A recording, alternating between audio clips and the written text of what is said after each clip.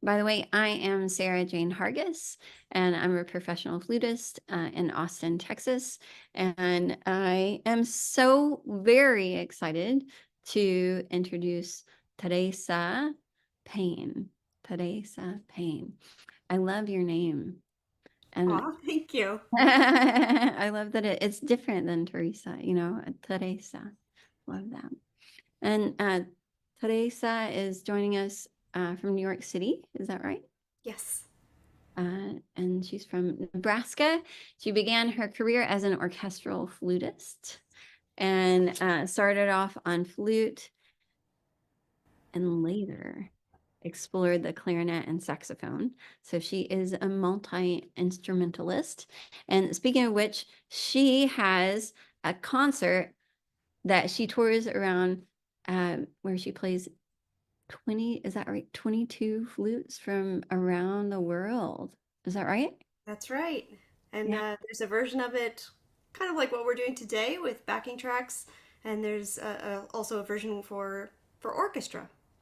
that's right. Yeah, you were saying that you uh, have actually performed it with the Rochester Philharmonic. Is that right? Yes, we did. Yeah. That's great. So I'm really excited to check that out because I'm a big world flute fan. So I love that. And also, I know that you have played the ocarina for the marvelous Mrs. Maisel, which is one of my favorite shows. That was a fun one. Yes. Well, that's awesome. And that's one of the flutes that you have on that concert, right? Yes, there's one of them I have here today, so you'll get to hear that one. Great. Now, Teresa has also appeared on The Tonight Show with Jimmy Fallon, and and then you also have played in many Broadway shows, including you're subbing for the North American tour for The Lion King, right? Yes, as well as the Broadway tour, Lion King. So I'm the sub for both shows. Cool. That's so cool. I love meeting doublers or a multi-instrumentalist like yourself because it's just um well, it's just such a a feat to be able to play all those instruments at a high professional level. So I just really honor that about you. Thank you. Thank you. A lot of practice hours. Yes, I'm sure. Very Uh, friendly with the practice room. yeah. But speaking of which, I'm sure you're encouraging young people alike to practice at the universities that you've taught at, such as Daytona State University and uh, Beth Bethune Cookman Bethune-Cookman. Hmm. University. And then you're currently teaching at Bloomingdale School of Music in New York City, right? Yes, I am. Yes. Well, it's just an honor to be able to host this, and I'm really, really excited to hear what you're going to be sharing with us. So, without further ado, I would love for you to share. Thank you so much, Sarah Jane, and National Flute Association. Thank you for having me. It's so great to be here. I have nothing more to say. You gave such a great introduction, and I welcome. I'll talk a little bit about myself and what I do as I go along. But this is a tour of world flutes, which is really kind of a misnomer because it's really more of a tour of a few world flutes. Because an hour is hardly enough time to even delve into this subject, but I've chosen a few flutes from all over the world and I've tried to cover all of the different 5 types of sound production as we go along, which I'll explain as we go. So I've tried to pick a nice variety for you today. I'm going to tell you a little bit about them, some of their historical and cultural information about them, and then play a little bit on each one for you so you can hear how all these flutes sound. We'll get started very soon. As Sarah said, I do play a lot of these flutes for Broadway shows, and that's kind of how I got started on them. I heard The Lion King many years ago, and I thought, oh my goodness, that's amazing, all these flutes, because they use 14 different flutes from all over the world in that show. So I met with the tour flutist at that time who was gracious enough to take me aside, and for hours we spent her showing me all these instruments, playing them for me, and the love was born. And so from there I've branched out and learned every flute I can possibly get my hands on, studying with people just like we are today over Zoom and Skype with other people in other countries who play these instruments as their first instruments.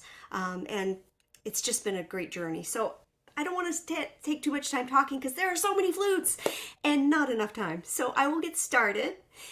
Flutes are a very, very old instrument. Very old. The oldest flute dates back 60,000 years ago. So before cavemen, they found their food and their shelter, and then they thought, okay, we need something else here. And when these cavemen 60,000 years ago saw old bones out on the ground, as these bones hollowed out from drying out, the wind would whistle over them and they'd hear, and they thought, music. So they started picking up these bones and cutting holes into them to make the first flutes. And the oldest one that we have today that's been dated back to 60,000 years ago was found in Slovenia. And who knows, they might even found an older one someday, but that's what we have for now. So out of all of those 60,000 years, all over the world, people have been making flutes out of all sorts of different materials in different shapes and sizes, and that's what I'm going to show you here today. The first one I'm going to show you is from China, and this is the diza. Now the diza is it's made out of bamboo, and it can come in a lot of different sizes. This particular one is actually very small. It's about the size of a toothbrush, so it's about that long, which is about 5 inches. Now these other two chunks at the ends are there because of the tassel, which is because the Chinese culture's belief is that music should be a feast for your eyes as well as your ears. So you can watch the music dance in that tassel as I play. And then the piece at the end is there to actually balance the tassel. So it's more of a counterweight than the instrument itself. The actual sound producing instrument is about 5 inches long. And of course they come in other keys, so they get longer and bigger as the sound goes down, as the key changes. This is also a really important aspect to this instrument because it has an extra hole cut between where I blow and where I put my fingers. And that's called the mokong. And the purpose of the mokong is for this little piece of paper to be glued over it. That's called the mokong. And it's actually a piece of the inner fibrous tube of the bamboo plant. So they peel that off, paste it on there, and it gives this instrument a very distinctive buzzing quality as I play it. And you'll hear that as I play this song for you. That's actually, sometimes it's known as the buzz flute, but the correct name is the diza, D-I-Z-I. And I'm going to play a song for you. This is a traditional Chinese song called Mengjiayu, or Lady Mengjiang.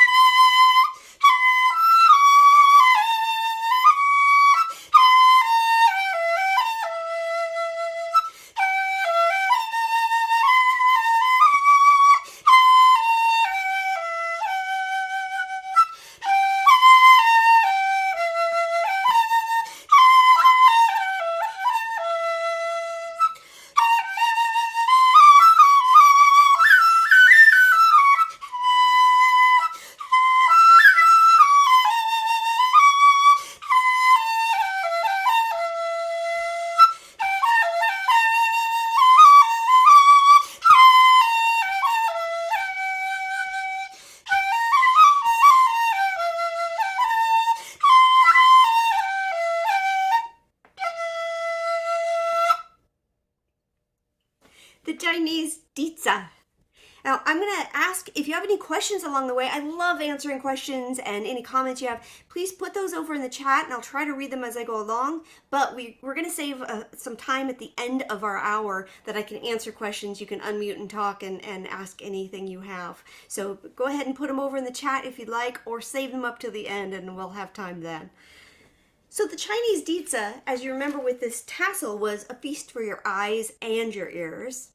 The next flute we're going to go to is also a side blown flute. So it means I hold it to the side of my body and blow across the hole, just like the flute, the silver flute, the Payne flute that we all know. Because I know we have a lot of flutists in the audience. How many flutists do we have? Lots and lots of flutists. Great. Wonderful. So you're going to be able to relate all of this to that side blown flute that we play. And I'm going to play the next flute, which is also a side blown flute. But this one is from India, and this is the bansuri. And the name bansuri actually translates in Sanskrit to bamboo melody. Beautiful name, right? And this is a really, again, an instrument that comes in a lot of different sizes. This is kind of one of the more larger sizes, and each different key. And it's used to play ragas. Now, ragas are a type of scale pattern that we improvise on in this type of music. And different ragas, they each have their own scale, but they also each have their own mood because they're made for different times of the day. Like you might have a raga for when you first wake up, to kind of wake up and get going in the day. And then you have a raga at the end of the day that calms you down, maybe is reflective of what you've accomplished during the day. So there are a lot of different ragas. The one I'm going to play, I'm just going to play a little bit of it for you, is Raga Kalyani. And it is, it's accompanied by an instrument called the tampura. So you'll hear when you go to a raga concert, this instrument playing a drone, and it sounds like this. And this instrument plays throughout the entire concert. And then the bansuri player will improvise on that scale over that. Now, this music is so beautiful and so meditative. One raga can go on for hours. I'm not going to play that long because we only have an hour and I want to play a lot of flutes for you, but I want to show you the sound of this beautiful Indian bansuri.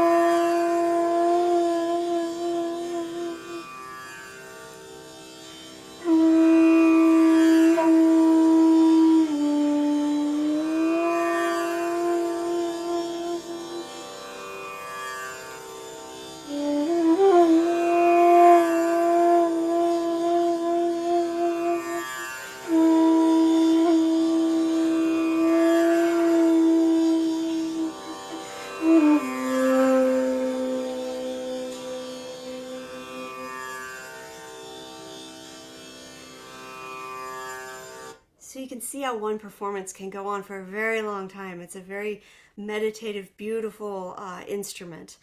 And this is one of the instruments that we use in a lot of Broadway shows like The Lion King, because it can be made to sound like a lot of other world flutes without having to have all of those world flutes. So sometimes this instrument is played to sound like Indian music. Sometimes it is manipulated to sound like Middle Eastern music, African music, a lot of different styles. And that's mostly done by the different ornamentation or added decoration to the music that we have.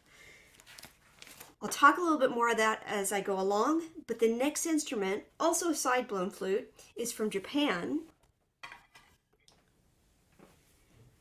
And this is the shinobue.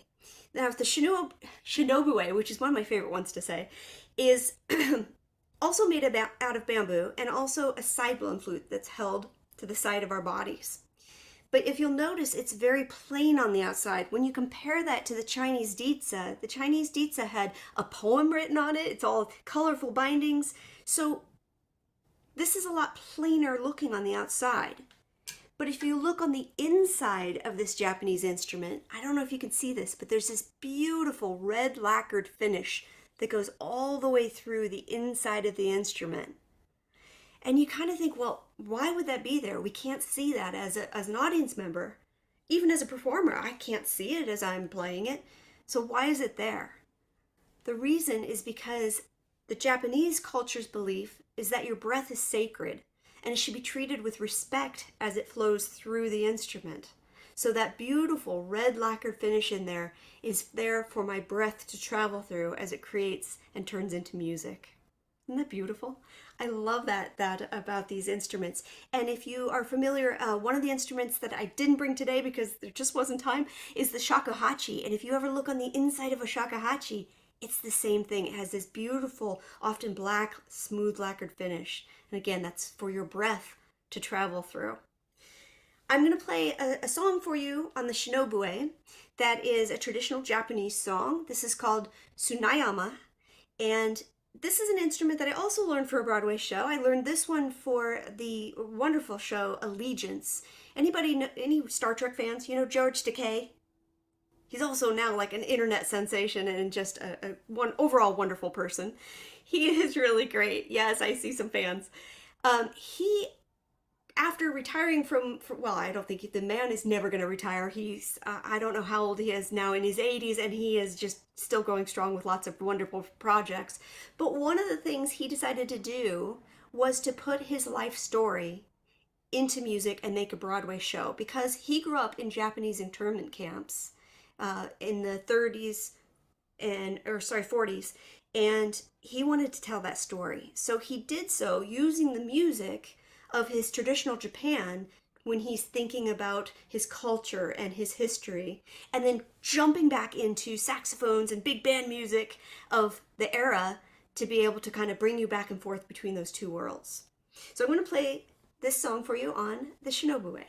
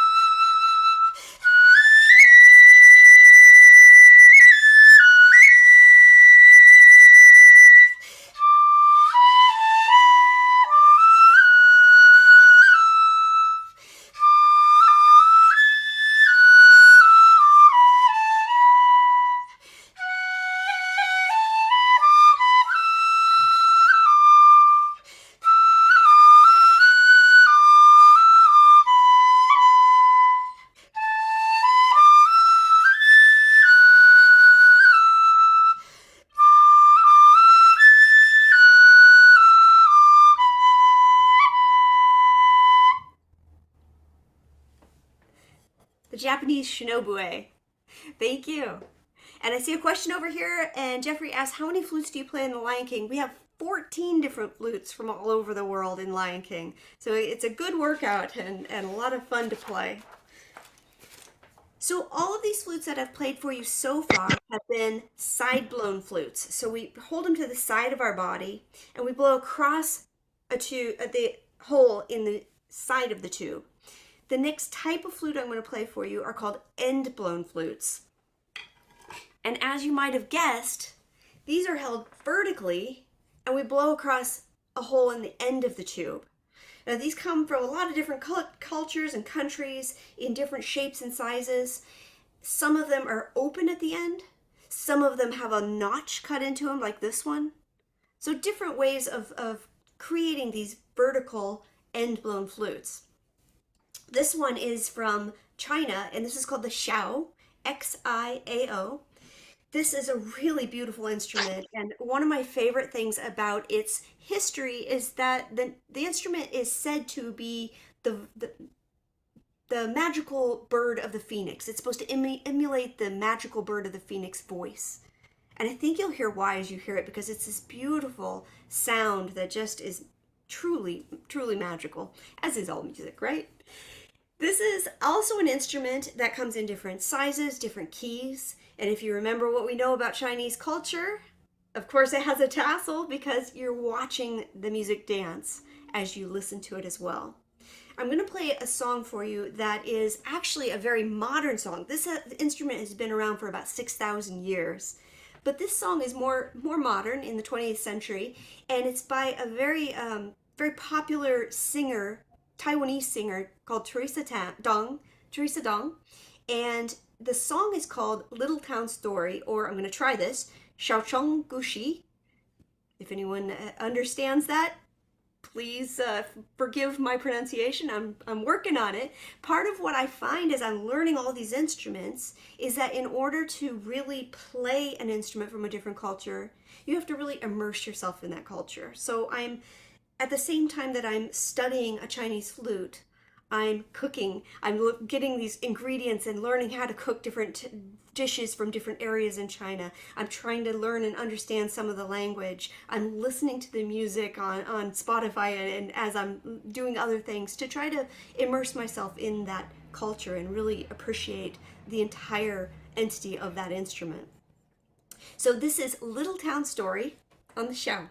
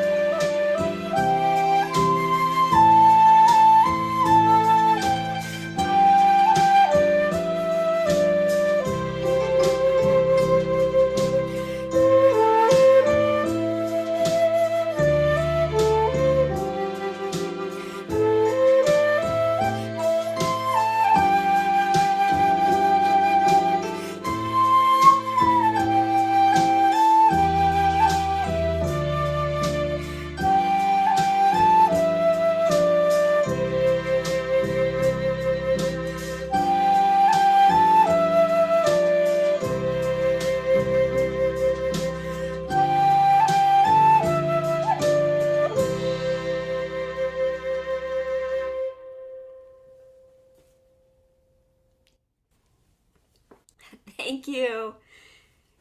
Thank you so much. Really, isn't that very, I mean, magical sounding, isn't it? Excuse me. And I see a couple questions over there. Is the recorder considered a type of flute? Yes, it is. And we're going to get later in the program, I'm going to play a couple flutes that are the same type of flute as a recorder. So I'll circle back to that when we get there. But yes, it is a type of flute. And really, the more correct term would be an aerophone. But that's kind of the scientific physics term. It means any instrument that the sound is produced with just your air rather than like the saxophone has a reed. So that's a reed instrument rather than just the air creating the sound. Excuse me.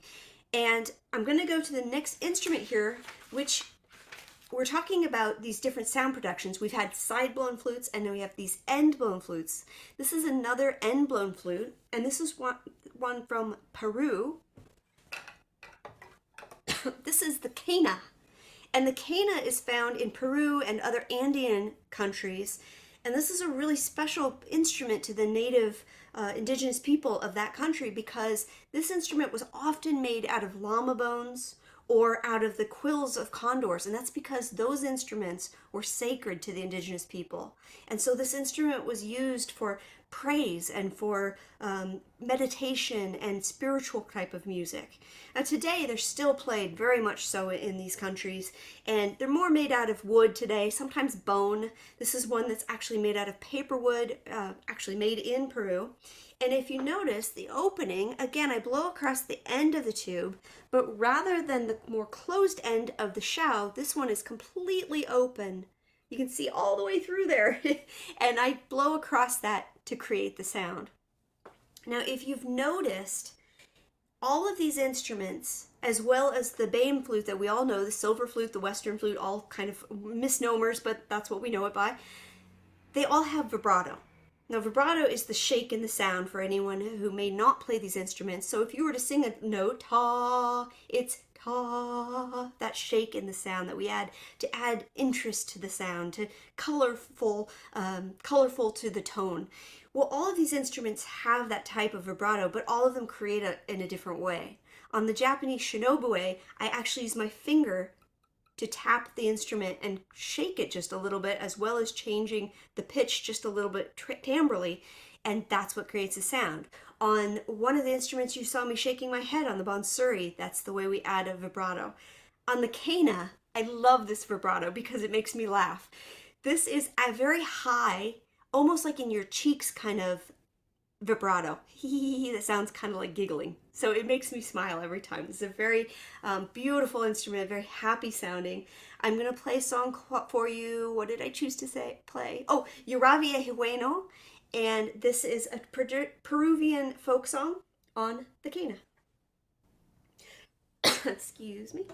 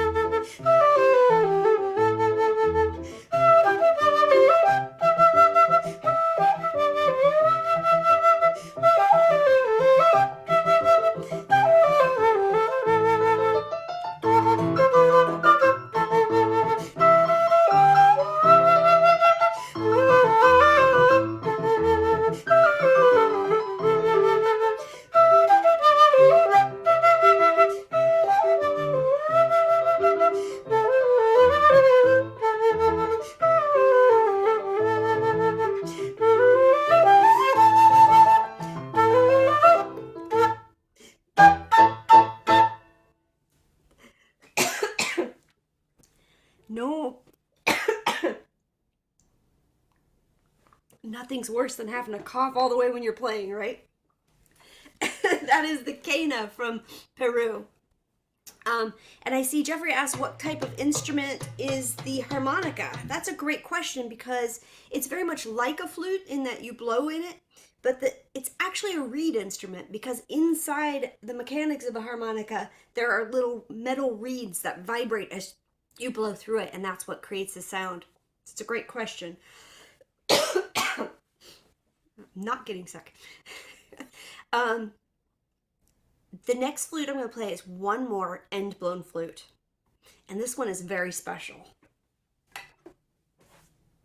Very special. Because this is the Ohe Hano Ihu flute. And this is a nose flute. Yep, you actually play it with your nose. Now to us that might sound kind of silly, but in Polynesian cultures, the breath is sacred. It's very special. Even in Hawaii, if you say hello to somebody, you say aloha. And ha means the breath of life.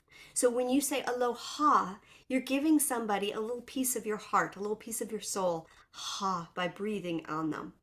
And the air from your nose, you don't share that with many people, so it's even more special, right? To share it with somebody and turn it into music.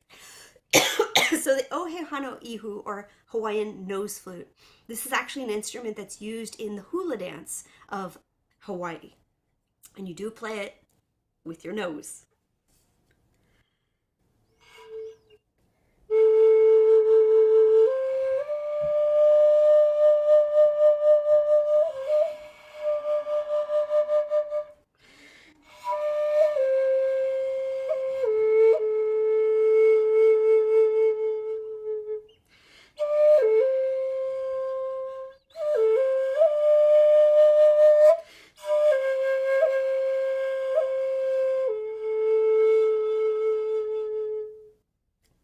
The nose flute.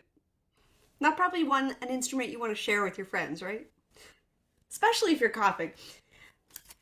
So we've had end blown flutes, we've had side blown flutes. The next flute we're going to have is, like Jeffrey said earlier, a recorder type of flute.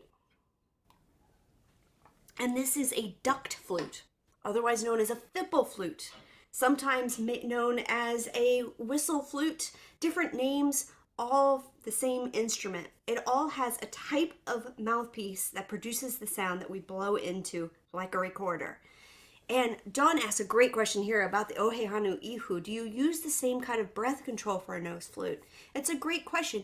You breathe the same way. You're using the same control, but the breath from your nose, first of all, you have to aim it very differently. And I'm sure if somebody grows up playing the nose flute, it's very natural to them. But for us who come from this type of a flute, to have to think, oh my goodness, how do I aim the air from my nose? That is not something I ever thought I would be thinking about. So when I learned this instrument, I spent a lot of time looking in the mirror, kind of looking where the air was going. And it's a very difficult one to play because of that, but it's a lot of fun. And yes, you do use all that great breath control for it. And different nose flutes have different ranges, different sized nose flutes. So there are a lot of different ones out there, all played with your nose. So we're going on now to these duct flutes or thipple flutes.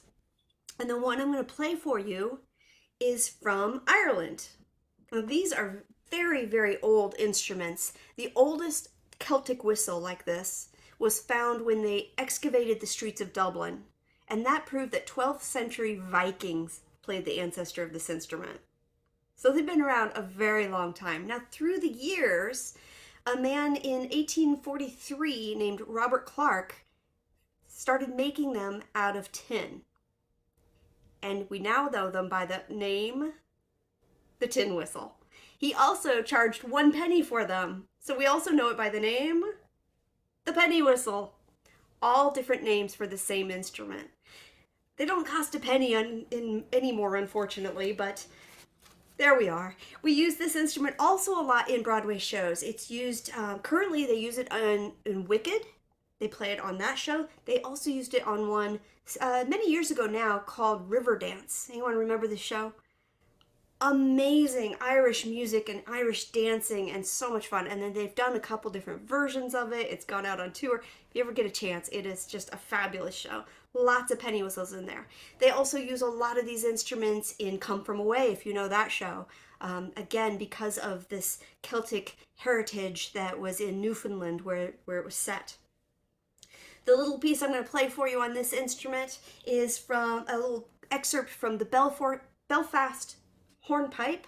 And a hornpipe is a type of dance, so you'll hear that as we go. There's a little improv section at the beginning, and then it's very dance-like. So if you want to dance along with me, please feel free. And the penny whistle.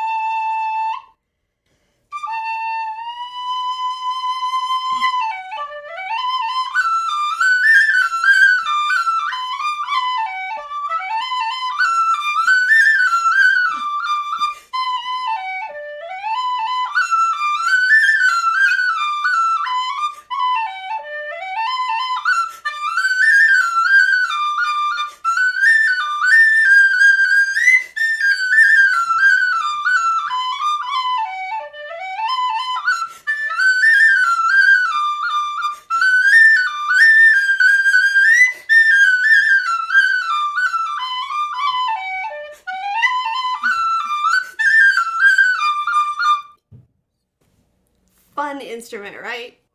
And Celtic music is so much, so lively and dance-like. You either have to dance to it or drink a pint to it. And whichever one you were doing, I hope you were enjoying it. So another type of duct flute, besides this penny whistle and also the recorder that Jeffrey mentioned, is a flute that originated right here in this country. And these native flutes are found all over North America and played by the indigenous people of this country. Almost every single tribe has had some sort of this instrument. Some of them are these whistle flutes, some of them are end blown flutes, side blown flutes, but most of them had this type of flute. And this is the one that we kind of know today as the Native American flute because it's a very unique look, and I think that caught our attention, and that's how we kind of came to know this. But if you'll notice, there's a very special part of this instrument called the fetish. And the fetish is the block that helps aim the air down into the tunnel, but also it's there for decoration. And the fetish is actually almost always in an animal shape, and it's supposed to be your spirit animal. So I've seen them in the shapes of bears and turtles and all sorts of wonderful things. Mine are all in the shapes of eagles. And this instrument it was used for courting and in love songs. And this particular one is from the Lakota tribe where I grew up in Nebraska. And they have this wonderful myth that says that you're supposed to play your flute for the person you want to fall in love with you. And then when you play it and your beautiful music causes them to fall in love with you, you're supposed to throw it away, burn it, never play it again. What? Why? Because if you played it again, you might cause somebody else to fall in love with you, and then you've got a problem because love triangle. So that's the myth. I've kept mine, and I'm still very, very much in love for many years, so I think it's working for me. I'm going to play a wonderful composition that is actually by Randall Snyder, who is a fellow Nebraskan where I grew up, for the Native American flute, and this is called Nostalgic.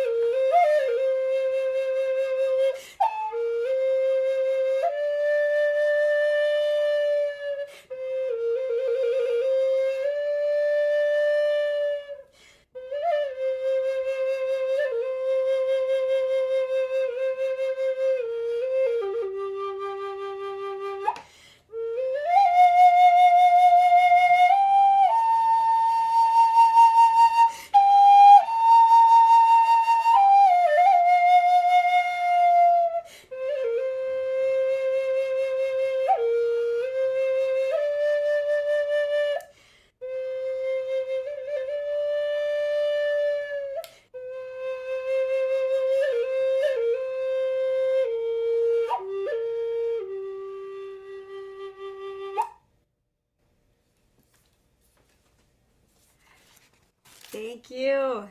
So we've had side-blown flutes, we've had end-blown flutes, we have fipple flutes or duct flutes. The next type of flute is different than anything we've had so far because all of these flutes so far have been kind of long and skinny shaped, right? Well, the next one are round type shapes, and these are vessel flutes.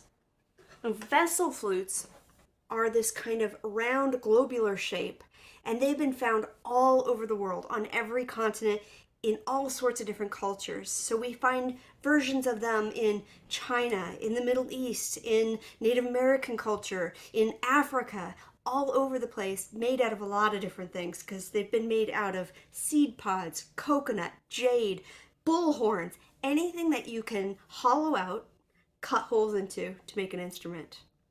This particular version is the ocarina, because a man came along in Italy in the 1800s and said, okay, I'm going to take this beautiful instrument, the vessel flute, and I'm going to make it in a shape and a way that it can play it with the Western scale and more with Western instruments.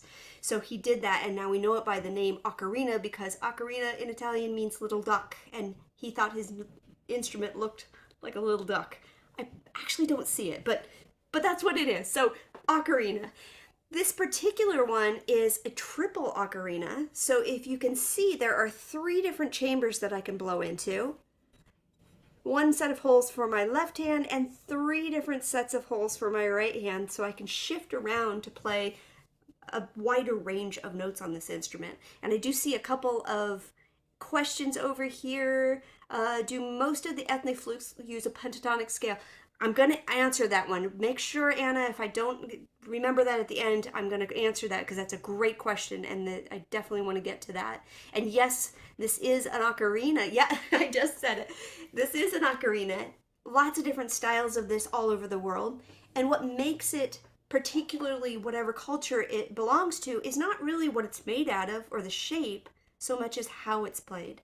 So all of this music is not just about playing the notes, it's more about playing the ornaments and the decoration of the music. So it's a lot passed along through oral tradition that you listen to your teacher or you listen to another player and you emulate it and you take ideas from here and there and incorporate them into your own playing.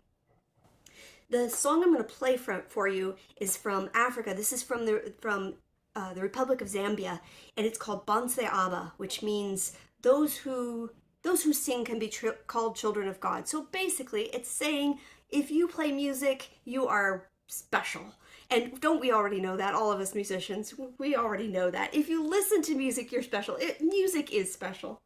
This is a really great song for this because it's a call and response, which is a style of music that's used a lot all over Africa, that one instrument or voice will say something and then another group will respond to it and it'll go back and forth. So you'll hear that in here. You'll hear the voices, you'll hear the drums, you'll hear the shakers, and then you'll hear the call and response of the vessel flute.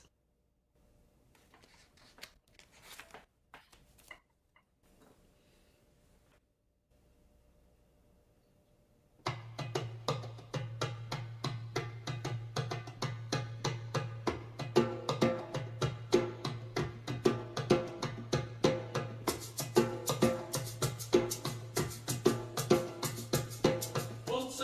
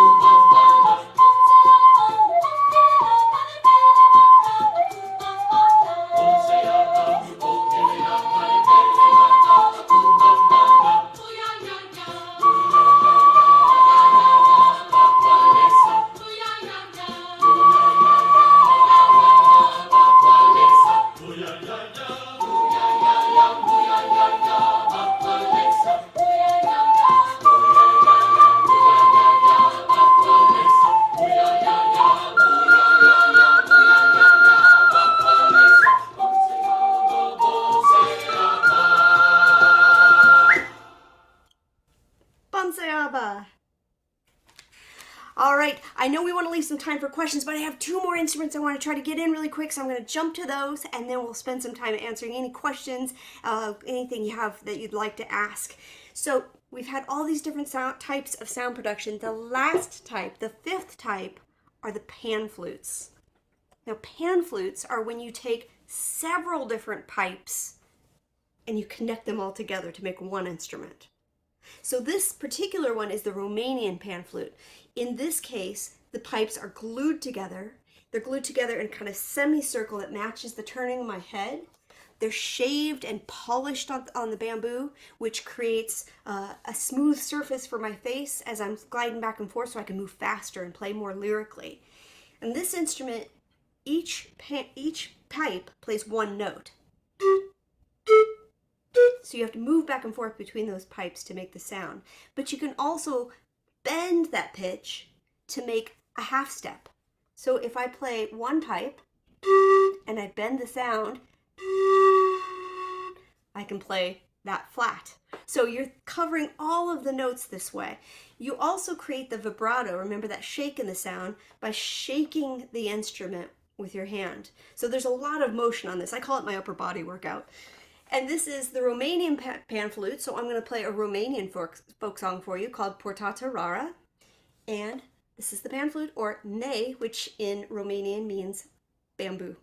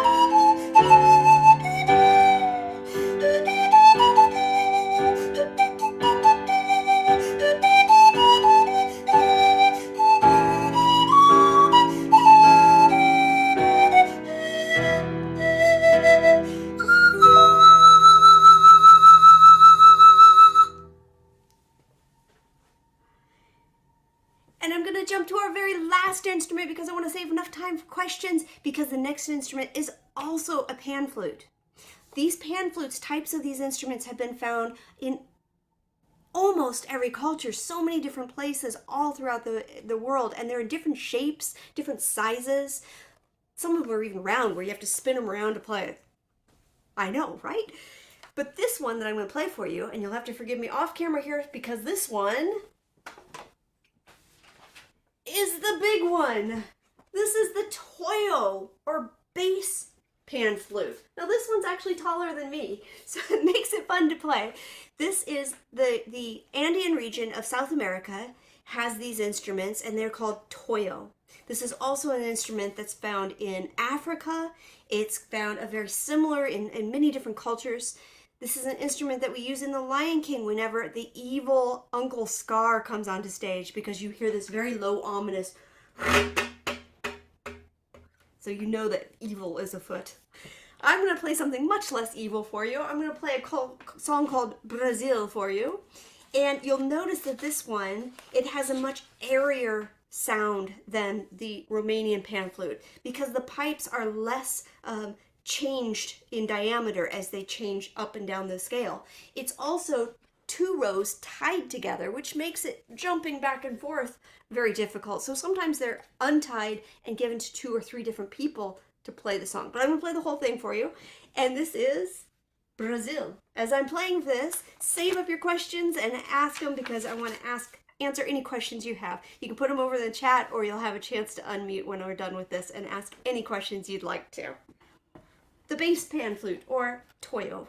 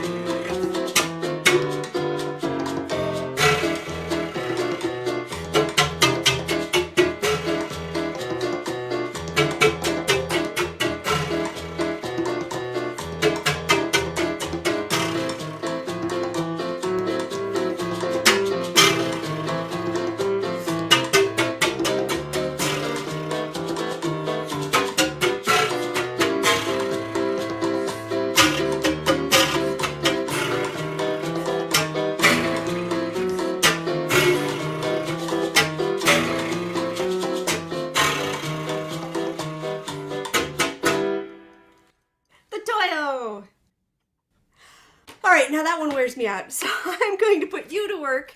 Any questions, comments you have, I'd love to answer them as we end out our time here. Before we do, thank you all for being here. Thank you to the National Flute Association for hosting this and having me. We're not done yet, lots of questions, and I know I want to go back and answer the one because it was a great question. There it is. Anna says, do most of the ethnic flutes use a pentatonic scale? The exception seems to be the tin whistle. Very, very good ear there. A lot of the flutes use different scales. A lot of the Asian flutes use a pentatonic scale because that's that culture's primary scale used in their music. The Indian bansuri uses many different scales or ragas. The pan flute, depending on where it's played. So the Chinese pan flute is very much pentatonic. The one that we use for the Romanian music is chromatic. So they're all very based on whatever culture that they're being played in, really. So great question. And then I see a couple other questions here. Thank you, Hal. This might be the most fun NFA Zoom ever. I'm so glad you're enjoying it. I am too. I hope everyone is. Sue, what inspired you to learn about and play these different types of flute? That's an excellent question. I learned them because I heard Disney's The Lion King, and I heard the tour came where I was living in Florida and played it, and I was already working as an orchestral flutist and also playing a lot of touring shows as a woodwind player, playing clarinet and saxophone as well. And I heard all those flutes and I just fell in love. So I got a hold of her. Her name is Kay Ragsdale. She's passed away now, but she introduced me to all these, spent hours just falling in love together with all these wonderful instruments. That's how I was inspired to start.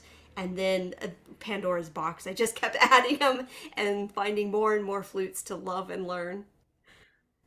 And I see, did I play the Cana? I did play the Cana. I'm sorry you missed that, but I do believe that there's going to be a recording, and we will hear more about that. I'm sure Sarah Jane will tell us about that.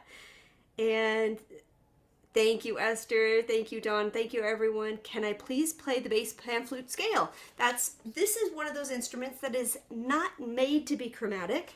So this is one that's tunable. So the bottoms of the instrument, if you can see, there are corks in the bottom that you can tune it to different scales. Right now it's tuned in the key of G major. Oops. I thought it, yeah, I started on the wrong note. So it's tuned in the key of G, but if you noticed in the piece I played, I actually played a half step by bending the note. It's not really meant to be played that way, and some of these instruments, because we're using them in commercial music, like Broadway stuff, like for commercials or soundtracks, we're making them play in maybe a style or a notes that they didn't necessarily play before, or with Western instruments or keyboards or things. So we change things a little bit to make them to adjust. Let's see. What kind of adjustments do you make to your embouchure when going between the different types of flute? Ooh, that's a huge question, Lauren.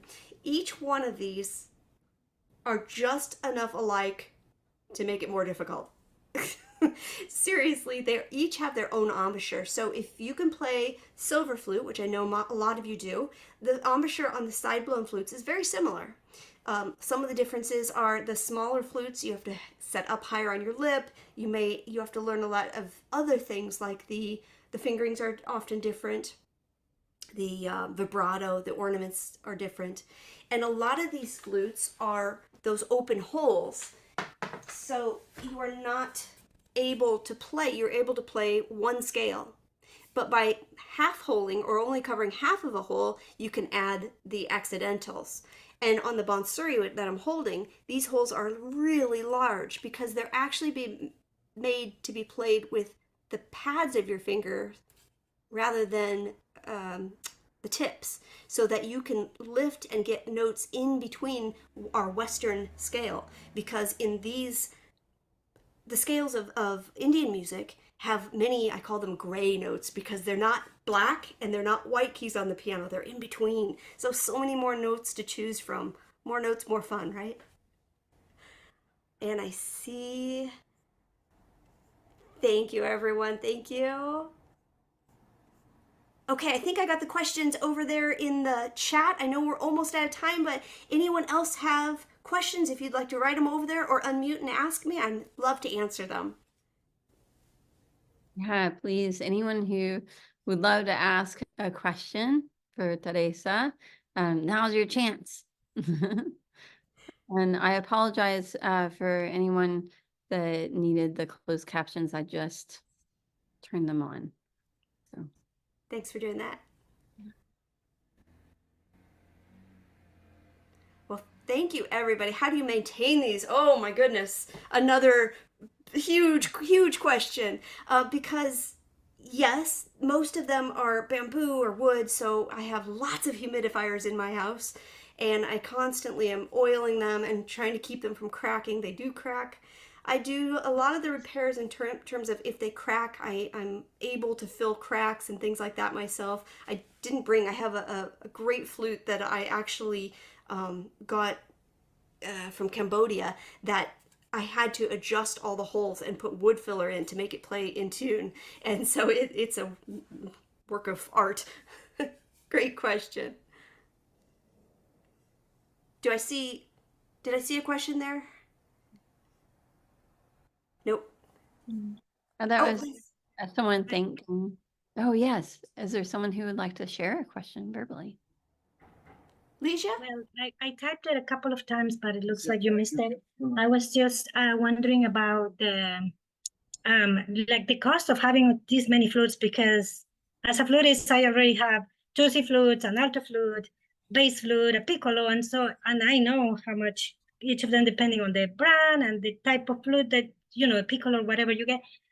So I'm wondering, just curious, this must be expensive, right? Like the bass pan flute, I think Well, it's expensive, isn't it? I don't know. these instruments, they're not as expensive as the silver flutes, because wood, bamboo is less expensive, and they don't have all the key work and mechanics that have to be done. So they're not as expensive overall, which is great.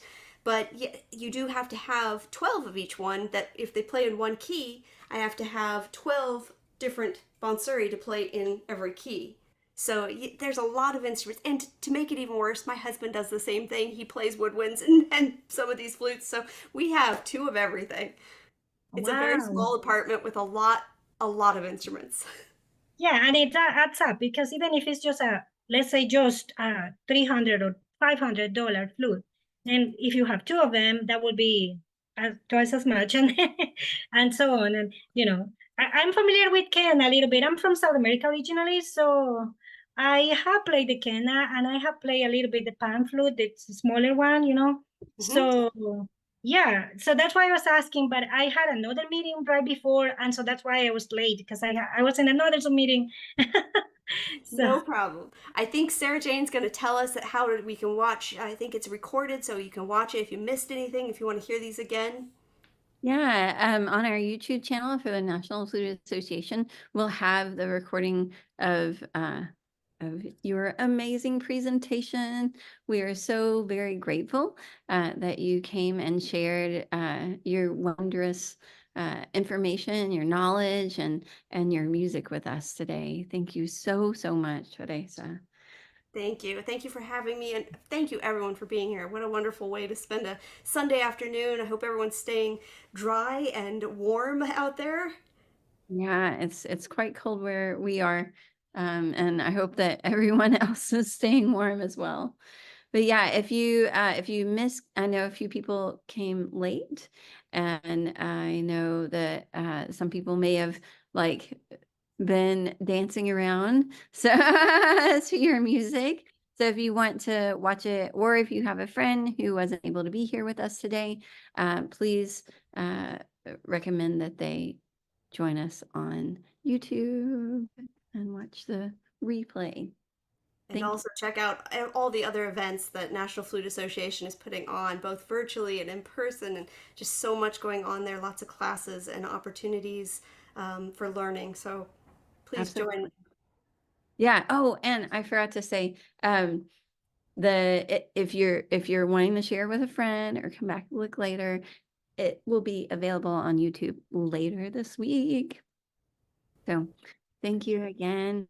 And thank you to everyone who joined. I hope you come back again in the future to our next adventures.